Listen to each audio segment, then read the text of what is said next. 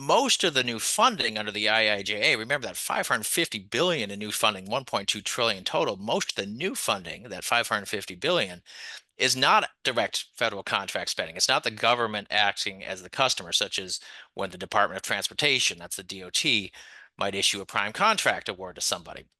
Instead, most of the IIJA funding, at least that new funding, is indirect federal funding. That's when the government is providing money through grants, other arrangements such as cooperative agreements, and there are all sorts of names for this, but basically the money is being funneled through other organizations. In this case, in the case of the IIJA, that's typically state and local and occasionally tribal governments that are receiving the money to pay for these infrastructure projects in whole or in part through the IIJA.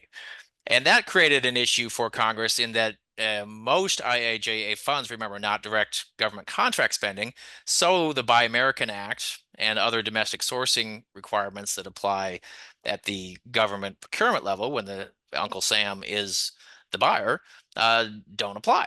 Now, there was a hodgepodge set of rules that applied to certain indirect federal funding, but no overarching set of rules for domestic sourcing for indirect spending, such as the IIJA had. And so all these rules you see here, FOCI, Berry Amendment, which is another domestic sourcing statute for the Department of Defense, and the Buy American Act, don't apply to indirect spending. So the Congress says, uh-oh,